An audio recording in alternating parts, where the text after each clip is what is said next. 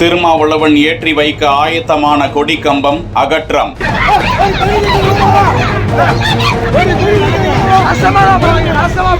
புதிய கம்பத்துக்கு அனுமதி மறுக்கப்பட்டதால் போராட்டம்.